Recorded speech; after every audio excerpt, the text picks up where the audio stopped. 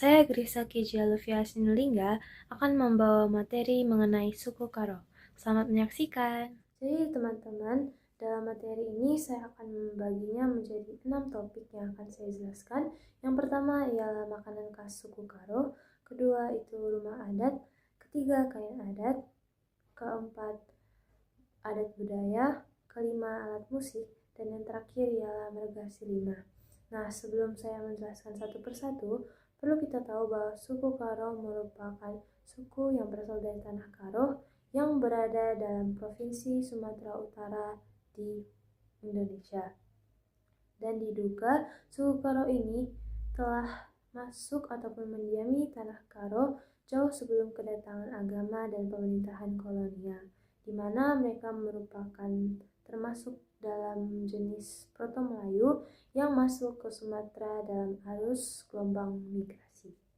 Jadi teman-teman, di sini saya akan mulai membahas mengenai makanan khas Karo dan saya hanya mengambil 2 contoh saja. Yang pertama ialah babi panggang Karo atau dapat kita sebut sebagai BPK.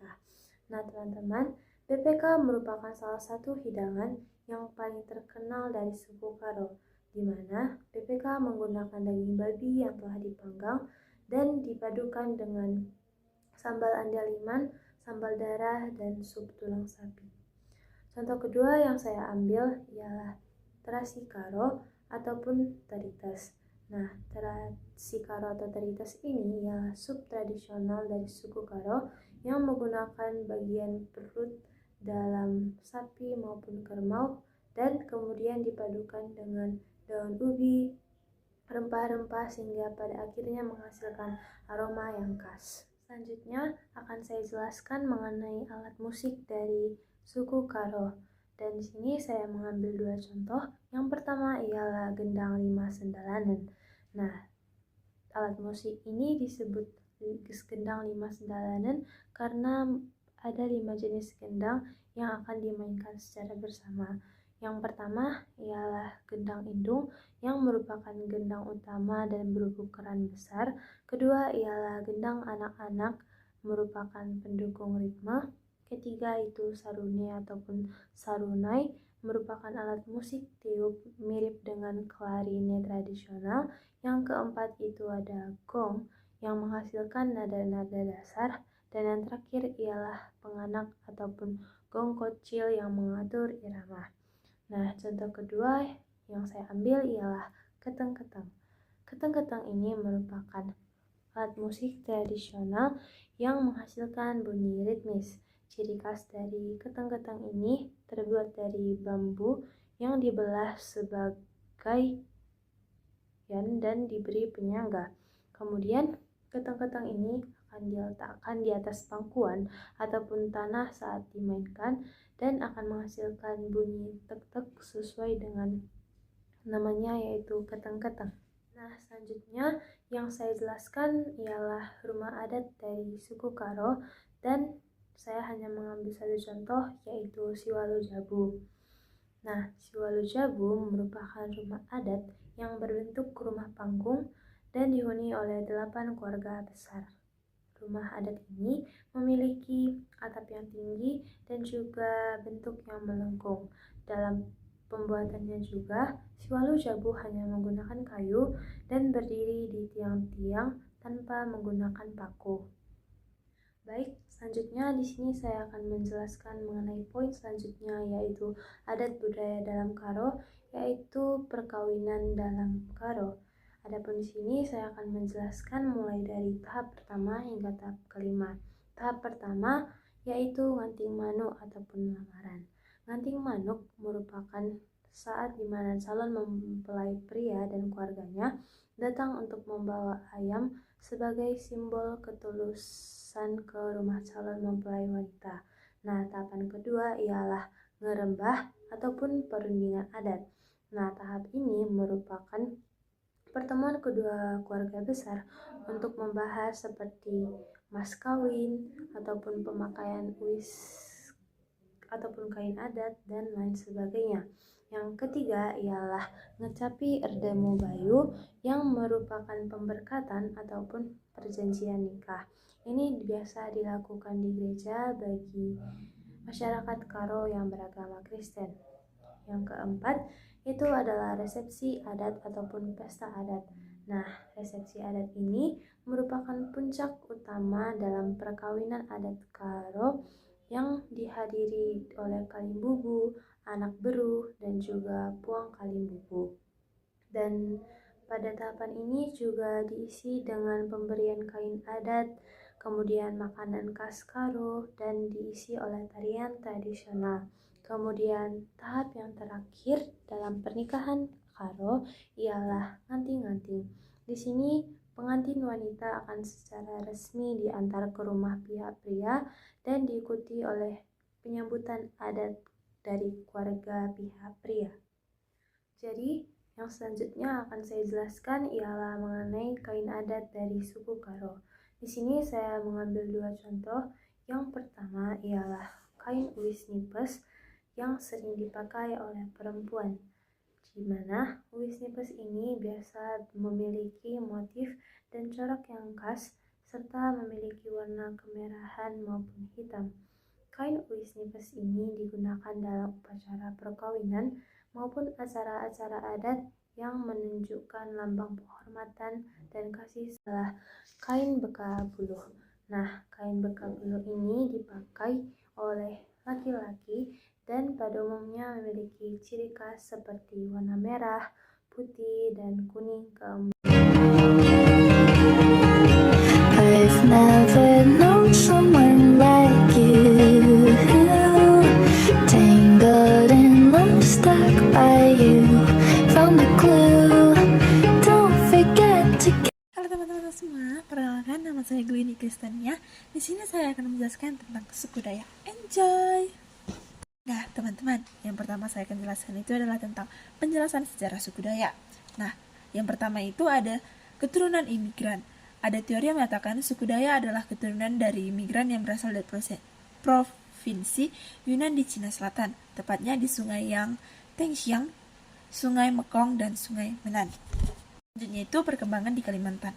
Suku Dayak diyakini oleh mendiami Kalimantan secara ribuan tahun sebelum pengaruh luar dari bangsa Melayu, Tiongkok, dan Eropa. Sekian yang dapat saya jelaskan tentang sejarah Dayak. Nah, teman-teman, saya akan memperkenalkan salah satu makanan khas dari suku Dayak. Yang pertama itu ada zuhu singkat, di mana nasi yang dibuat dari rotan muda dan disebut juga wut nangge. Nah, yang kedua itu ada wadi, ikan yang difermentasikan kemudian diolah menjadi bumbu rempah. Nah, yang ketiga itu ada juhu umbut sawit, sayuran yang dari umbut sawit yang dimasak dengan bumbu khas Dayak. Sekian. Nah, teman-teman, yang ketiga itu saya akan menjelaskan tentang alat musik suku Dayak. Nah, yang pertama itu ada sape. Sape adalah alat musik yang dawai yang dipetik populer di Kalimantan, subsuku Dayak di Kalimantan. Nah, yang kedua itu ada kecapi Dayak, alat musik yang dipetik dengan dua dawai atau lebih, terbentuk seperti kapal dari kayu ringan. Sekian, bye. Teman-teman, di sini kita akan juga belajar tentang adat suku Dayak. Yang akan saya bahas itu tentang perkawinan suku Dayak. Ada beberapa tahapan umum dalam adat perkawinan Dayak. Yang pertama itu ada lamaran. Calon pengantin laki-laki mengunjungi rumah calon perempuan dan membawa beberapa barang-barang seserahan sebagai barang tanda bukti keseriusan. Yang kedua itu ada pertunangan. Setelah lamaran diterima, pertunangan dilakukan dengan disaksikan keluarga dan banyak-banyak dan teman-teman oleh pria laki-laki dan perempuan. Nah, selanjutnya itu ada upacara pernikahan. Upacara pernikahan melibatkan ritual pembacaan doa dan pertukaran janji. Dalam beberapa subsuku Dayak seperti Dayak Ngaju dan tahapan pengantin Haguet dan pengantin Mandai. Dan selanjutnya teman-teman, kita akan membahas tentang pakaian suku Dayak. Yang pertama itu ada king baba yang dipakai oleh pengantin pria yang terbuat dari kulit kayu tipis seperti kain dan dihiasi dengan bulu burung atau manik-manik. Yang kedua itu ada ta yang dipakai oleh wanita, yang dimana perempuan menggunakan berdiri di atas sampai ino bawahan ro dan ikat kepala daah. Nah, di sini saya akan menjelaskan tentang rumah adat Dayak yang dikenal sebagai rumah bentang atau lamin, adalah rumah panjang tradisional yang menjadi tempat tinggal bersama dari suku Dayak di Kalimantan. Teman-teman, saya akan membahas tentang kain adat suku Dayak. Yang pertama itu ada kain kebat. Kain keban merupakan warisan budaya yang sangat berarti bagi suku Dayak, terutama suku Dayak Iban. Kain ini dibuat dengan teknik tenun tangan yang rumit dan memiliki motif yang unik. Yang selanjutnya itu ada ulap doyo. Ulap doyo merupakan kain tenun ini dibuat dari suku Dayak Benua di Kalimantan Timur yang terbuat dari daun doyo yang dikeringkan. Nah, teman-teman, suku Dayak yang merupakan kelompok etnis asli di Pulau Kalimantan, Indonesia, mendiami berbagai wilayah di 5 provinsi Kalimantan, yaitu Kalimantan Barat, Kalimantan Tengah, Kalimantan Selatan, Kalimantan Timur, dan Kalimantan Utara. Halo semua, perkenalkan nama saya Girvi Valencia Purbalingga. Di sini saya akan menjelaskan sedikit mengenai suku Papa. Papa merupakan salah satu suku yang berada di Sumatera Utara yang termasuk ke dalam subsuku Batak, di mana kebanyakan suku Papa berada di Kabupaten Dairi, Kabupaten Papa Barat, dan Kabupaten Tapanuli Tengah. Papa memiliki 5 subsuku, yaitu yang sering disebut dengan Papa Silimasua, di mana yang pertama yaitu Papa Klasen, yang kedua Papa Simsim, yang ketiga Papa Pegagang, yang keempat yaitu Papa Kepas, dan yang kelima Papa Boang. Suku Papa diikat dengan struktur sosial yang disebut oleh masyarakat setempat yaitu sulang silima. Upacara adat Papa disebut sebagai istilah kerja atau kerja-kerja. Adapun makanan khas dari suku Papa yaitu bernama peleng. Peleng ini merupakan nasi kuning yang menyerupai tumpeng tetapi memiliki ukuran yang lebih kecil dan biasa disajikan dengan gulai ayam atau daging. Adapun rumah adat dari suku Papa yaitu bernama Sapojojong, di mana Sapojojong ini dibuat sebagai tempat musyawarah atau tempat menyelesaikan masalah. Sapojojong ini hanya boleh dibangun oleh pemimpin setempat atau sering disebut sebagai Raja Kuta. Adapun alat musik dari suku Papa yang pertama yaitu genggong, yang kedua gung sadarabaan, yang ketiga kelandung, yang keempat gerantung sadarabaan, yang kelima kecapi, yang keenam sarune, yang ketujuh gelobat, yang terakhir yaitu gendang sindua dua. Pakaian adat dari suku Papa yaitu dengan nama pakaian Merapi Api, yaitu dari bahan katun dicampur dengan kain oles lalu dengan berwarna hitam. Kemudian pria menggunakan borgot dan wanita menggunakan cimata. Kain adat dari suku Papa yaitu bernama ulos atau oles, di mana kain ulosnya ini identik dengan berwarna hitam. Seperti kita ketahui bahwa Papa Barat paling dominan terletak di Dairi, Papa Barat, dan Tapanuli Tengah. Sekian pemaparan saya mengenai suku Batak. Terima kasih.